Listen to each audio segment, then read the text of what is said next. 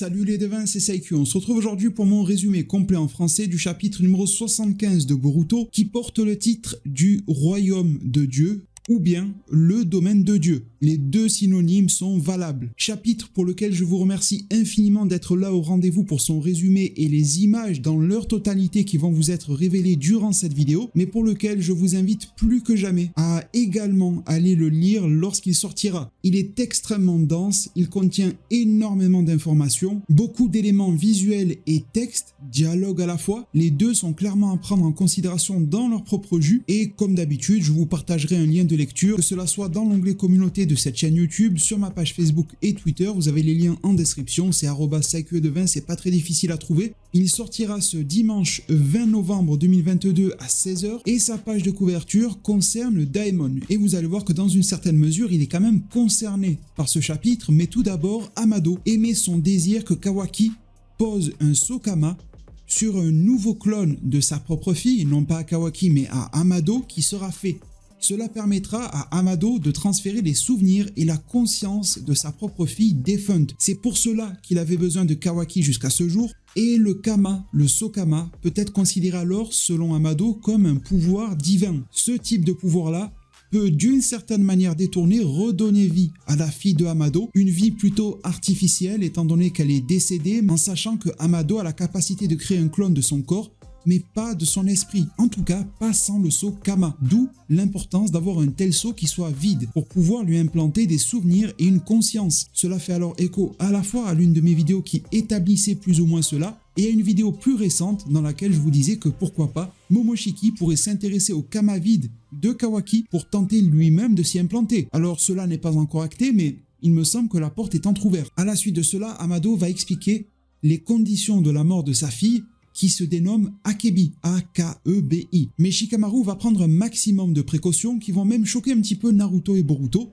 Il va demander à Ada, qui peut presque tout voir, de se plonger dans les événements passés et de confirmer ou d'infirmer ce que Amado raconte. Selon Ada, tout ce que dit Amado est totalement vrai. Ce même Amado va nous faire la présentation de ses pouvoirs divins, et quoi de mieux pour cela que de nous présenter la divinité Otsutsuki. Son visuel diffère de celle que l'on a déjà vue précédemment dans l'œuvre, qui était peut-être uniquement sa représentation. Il n'est pas acté s'il y en a eu plusieurs ou pas, donc celle présentée ici par Amado est peut-être une différente de celle aperçue dans le passé, mais en tout cas il est certain que ses propres capacités se rapprochent de celles que l'on a déjà entreaperçues dans le passé. Il s'agit d'un nouveau personnage s'appelant Shibai Otsutsuki. Tel que le titre de ce chapitre l'indique, nous entrons dans le domaine du divin pour expliquer des pouvoirs qui eux aussi sont tout aussi divins, que l'on qualifie ici non pas de ninjutsu, non pas de senjutsu, mais de shinjutsu. Cela est traduit comme jutsu divin, mais de mes modestes connaissances, le terme de Shin représente également en japonais ce qui est véritable. Les fans de Dragon Ball Super qui suivraient cette vidéo Boruto se rappellent de Shin Golden Freezer, ou encore du véritable Ultra Instinct tout récemment révélé qui lui aussi comprend le terme de Shin. On en vient donc sur quelque chose de pur, de tellement pur qu'il en est considéré comme divin chez les Otsutsuki, et alors on apprend que à la fois les compétences de Ada, Daemon et celles de Code, les marques de griffes, sont également une capacité de type Shinjutsu divin. D'autres techniques et capacités telles que le Sukuna Ikona ou le Daikokuten de Ishiki et de Kawaki en font partie. On se retrouve alors désormais avec une certaine panoplie de personnages tels que Ada, Code et Kawaki qui, selon Amado, contrairement aux prérequis du ninjutsu ou senjutsu traditionnel, n'ont pas besoin d'utiliser des signes, des mudras de la main pour activer des capacités.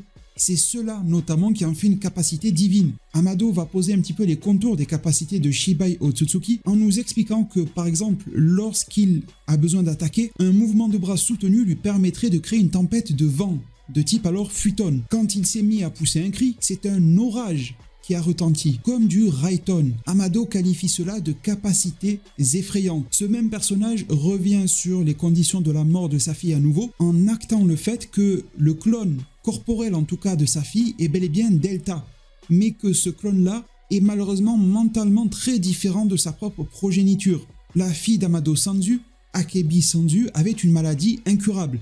Il n'y avait a priori, d'après les dires d'Amado, aucun remède disponible. Et rien n'indique, même aux yeux d'un grand scientifique comme Amado, pourquoi elle a pu contracter une telle maladie. Il n'y avait pas de traitement disponible, les médecins l'ont abandonné parce que c'était un cas sans solution et que son rétablissement était alors une affaire perdue d'avance. Amado dit que, au lieu de se focaliser sur un traitement, il a préféré rester focalisé sur sa spécialité et créer un clone. Il avait beaucoup plus de connaissances à ce sujet, il s'est donc alors plongé dans ce domaine, à savoir conserver d'une manière ou d'une autre l'esprit, les connaissances, les souvenirs de sa fille, pouvoir créer un corps qui lui est semblable et injecter ces données à l'intérieur de cette enveloppe corporelle. Sa fille mourra au cours de ce processus et après 9 mois, c'est assez drôle étant donné que c'est le temps qu'il faut plus ou moins pour donner naissance à un enfant, et avec une certaine facilité, le père endeuillé réussit à créer un corps similaire, mais quelques temps plus tard, il s'est rendu compte que Delta n'était pas du tout comme sa fille et qu'elle agissait de manière totalement différente. C'est à ce moment-là que très tristement, il s'est rendu compte que sa fille n'était plus de ce monde. Alors aussi bien vous que moi connaissez très bien Amado, et on est tous en droit de se demander s'il dit vrai ou non.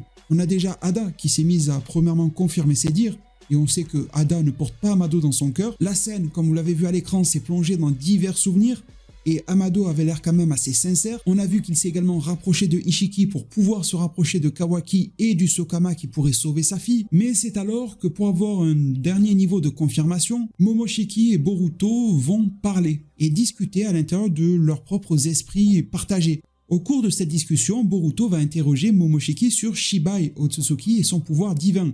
Momoshiki dira que tout est vrai, mais cette discussion va aller plus loin, car une fois de plus, c'est comme si le temps s'arrête, et cela va me rappeler, et sûrement nombre d'entre vous, ce que l'on a pu avoir dans Harry Potter, entre Harry et Voldemort, lorsque ces deux derniers, même à distance, pouvaient s'échanger les pensées, et voir au sein de celles-ci réciproquement. Dans ce genre d'instant, Boruto peut voir les pensées et accessoirement les souvenirs de Momoshiki et vice-versa. C'est presque comme s'il ne faisait qu'un. Ce que l'un pense, l'autre l'entend. Et Momoshiki, au moment où Momoshiki a fait ses petites affaires pour faire survivre le duo, eh bien sûrement qu'il y a eu également une espèce de mélange de leurs connaissances, de leurs pensées. Sauf que Boruto va voir beaucoup plus de choses que ce que Momoshiki voulait lui révéler. Momoshiki est d'ailleurs gêné de cette situation. Il voudrait résoudre ce problème, il ne sait pas comment le faire. Et au cours de cela, Boruto n'apprendra plus grand chose concernant Shibai Otsutsuki. Amado a été plutôt exhaustif et honnête. Momoshiki est convaincu que Amado était honnête également sur Shibai, mais Momoshiki va laisser transpirer une information que Boruto n'aurait peut-être pas dû savoir, à savoir que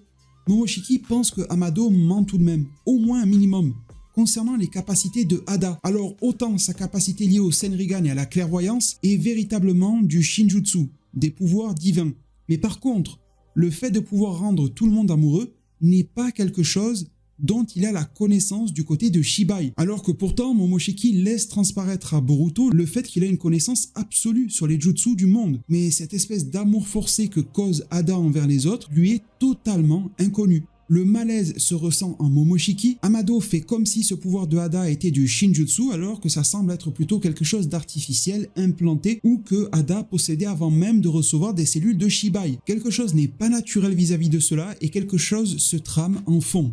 Amado estime, mais il n'est pas bien sûr, que Shibai Otsutsuki a réussi à vaincre la mort, encore une fois à l'instar un petit peu de Voldemort, en se réincarnant à plusieurs reprises, en utilisant le Sokama et en mangeant des fruits de chakra, plusieurs fruits de chakra. Et cela a perduré pendant des milliers d'années, jusqu'à ce qu'il termine par devenir un dieu, en vous rappelant bien sûr que la notion de divinité ici n'a trait bien sûr qu'à l'œuvre, ça on le savait tous, mais surtout qu'elle est aux yeux et au sens des Otsutsuki. Surtout que ce qu'il est advenu de cette divinité Otsutsuki de nos jours est quand même assez étrange. On pourrait penser qu'elle soit morte étant donné que Amado fera une révélation. De nos jours, il ne reste plus que son corps. Il n'y a aucune trace de son esprit et de son âme. Alors est-il mort? Cela semble assez compliqué à déterminer. Il pourrait très bien avoir changé de corps ou alors faire en sorte que son esprit erre et n'ait plus réellement besoin d'enveloppe corporelle, mais ce corps est accessible à Amado, c'est ce qui lui a permis de travailler sur Ada et Daemon.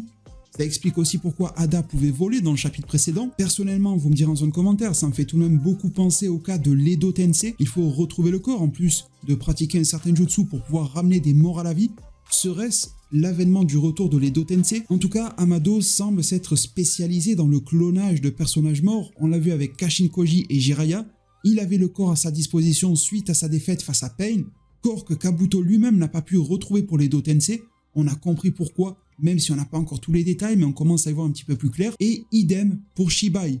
Alors on ne sait pas sur combien de corps Amado a la main mise, mais entre Jiraiya et Shibai Otsutsuki, on peut dire que Amado avait vraiment du lourd sous la main. Toujours pour le citer, il pense d'ailleurs que Shibai aurait pu être tué par quelqu'un d'autre, mais étant donné qu'il n'a jamais pu trouver le fin mot à cette histoire, eh bien, sa meilleure hypothèse en tant que scientifique et connaisseur des Otsutsuki serait que Shibai Otsutsuki a délibérément abandonné son corps. Selon Amado, même si son corps est sans vie inerte, son âme et son esprit sont soit en train d'habiter un autre corps, soit sont en train d'errer.